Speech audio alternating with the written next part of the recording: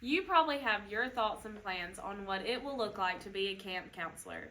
You probably don't know that you will need to occasionally be a plumber, encouragement, hairstylist, and bug killer. Your role in the camping ministry is varied, and it comes with a lot of sub-roles that are sometimes hard to predict. But above all else, your role is to invest in kids. You are much more than a counselor. Believe it or not, you're a pastor. Maybe you don't feel like you are a qualified professional pastor, but you are a shepherd to a group of kids who look to you as a leader. You probably didn't sign up thinking this would be your reality, but it's accurate. You have influence. You are a leader.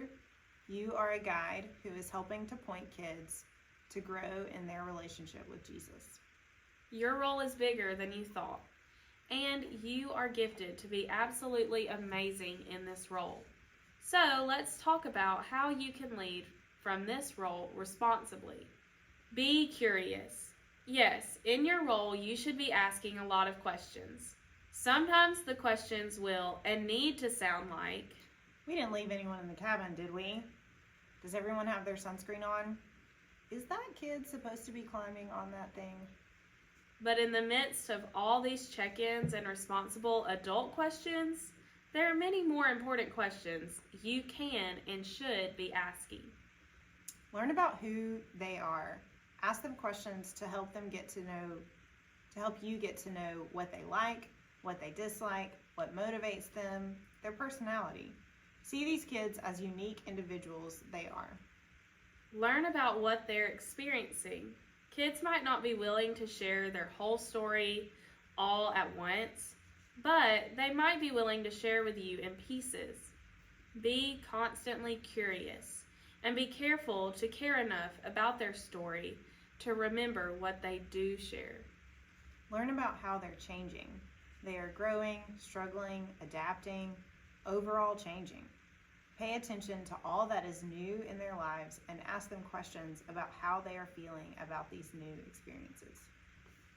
Can you share about a time that a counselor made you feel seen or appreciated? Keep them safe. As a counselor and a responsible adult, you should know where to find help, first aid, and be aware of any severe allergies or needs that kids might have. But there are more ways that you, as a counselor to these kids, can keep them safe.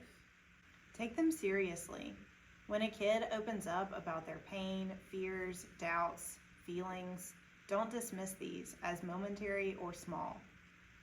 Even if you feel confident that they will get over this heartbreak or this hurt, you have a responsibility to exist in this moment with them. Create a safe environment. Before you can take anything they say seriously, you need to create a space where it feels safe enough to share.